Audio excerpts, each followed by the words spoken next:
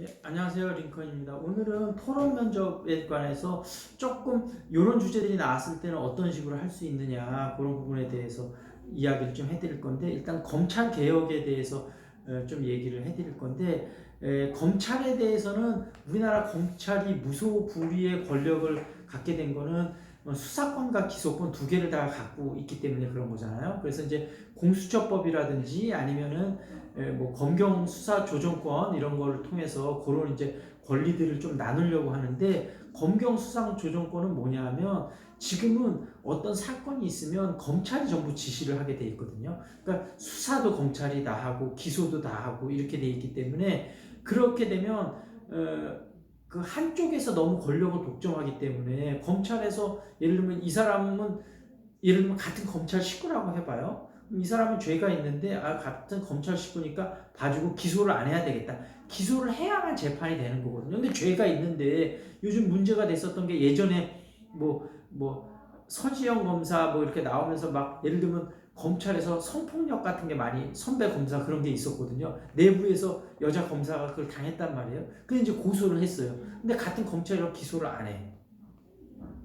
그러면 죄가 안 되는 거죠. 근데 이게 또 예를 들면 경제 쪽하고도 연결이 돼 있어서 재벌들하고도 또 연결이 돼 있고 여러 가지 연결이 돼 있기 때문에, 그런 이제 기소권하고 수사권이 나눠져야 된다. 그런 부분하고, 공수처법은 결국은 고위공직자나 검사들이나 이런 사람들을 공수처라는 데서 수사를 할 수 있게 된다는 거거든요. 근데 아까도 그런 얘기했지만, 자, 검사가 잘못할 땐 공수처에서 조사를 해. 공수처에서 잘못할 땐 검사가 또 조사를 하거든요. 그러니까 공수처나 검사나 다 어떤 검경 수사 조사권이라든지 이런 것들이 다 이제 검찰 개혁하고 맥이 다 있다, 이렇게 이해를 하시면 되고, 다만 우리가 이제 찬반 토론에 있을 때는, 찬성 있을 때는 검찰 개혁을 해야 된다 입장에서는 이제 아까 그런 입장으로 하면 되고, 반대 입장에 만약에 쓰게 될 때는, 근데 사실 검찰 개혁해야 되는 건 맞잖아요. 그렇다고 하지 말자고 할 수는 없고, 다만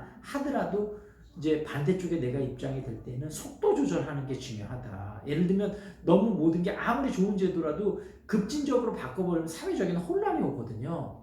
그러니까 아무리 좋은 거라도 좀 단계적으로 시간을 봐가면서 해야지, 너무 급진적으로 바꾸는 건 좋지 못하다. 이런 쪽으로 조금 나가시면 좋을 것 같고, 그 다음에 부동산 급등에 대해서 찬반을 할 때, 이거는 우리가 지금 강남 예를 들면 집값이 많이 올라서 지금 예를 들면 그 15억 이상 집에 대해서는 대출을 전혀 안 해주고, 9억 이상에 대해서는 9억 밑으로는 40% 대출해주고 9억서부터 15억 사이는 20%만 대출해준다. 그런 이제 원칙해서 이제 집값이 조금 잡히는 듯한 양상인데, 이것에 대한 찬반 토론이 이제 하게 된다면 어떻게 할 건가. 근데 여기서 하나 알아야 될 건, 옛날에 이제 노무현 정부 때도 이 집값 잡는 데는 실패를 했었잖아요. 문재인 정부 때도 이게 근데 우리가 집값은 사실은 수요와 공급의 원리에 대해서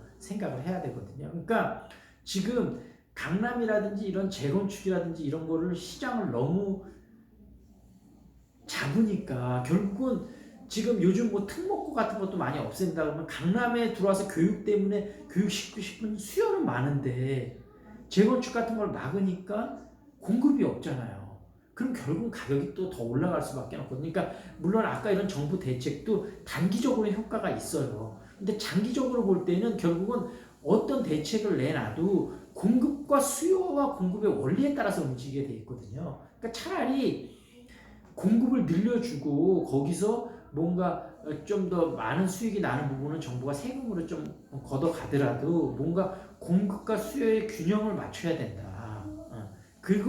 그게 이제 결론적으로 좀 가격을 잡을 수 있는 방법이다. 그런 부분을 하나 생각을 하시고요.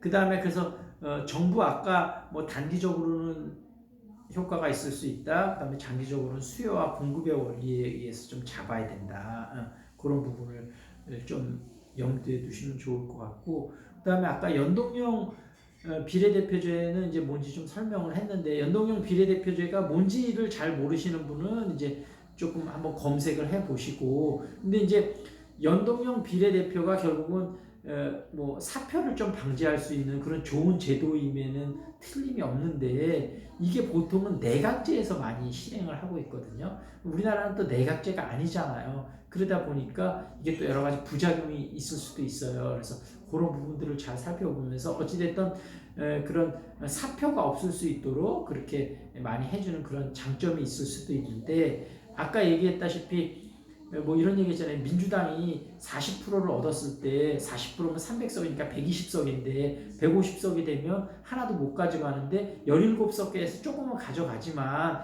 그 비례대표가 그러니까 내각제가 아닌데 연동형을 하게 되면 그런 문제점들이 또 생길 수 있거든요. 그래서 예를 들면 내각제 같은 경우는 지역구를 없애고 완전 연동형으로 하든지 아니면 우리나라처럼 이렇게 대통령제를 하면서 내각제가 아닌데 이렇게 또 일부 연동형을 하고 이런 나라가 잘 없어요. 너무 복잡하기도 하고 뭔가 그런 아까 사표되는 걸 방지하는 측면도 있지만 다른 한편으로는 또 사표가 되는 것들이 또 있을 수가 있어서 아까 얘기했듯이 민주당이 아까 그런 경우 그런 경우가 있어서 여러 가지 그런 선거 제도 이번에 선거가 얼마 안 남았기 때문에 이런 거에 대한 개략적인 부분들이 또 토론 면접에 나올 수 있거든요. 그런 부분들을 좀 체크를 하시면 좋을 것 같아요.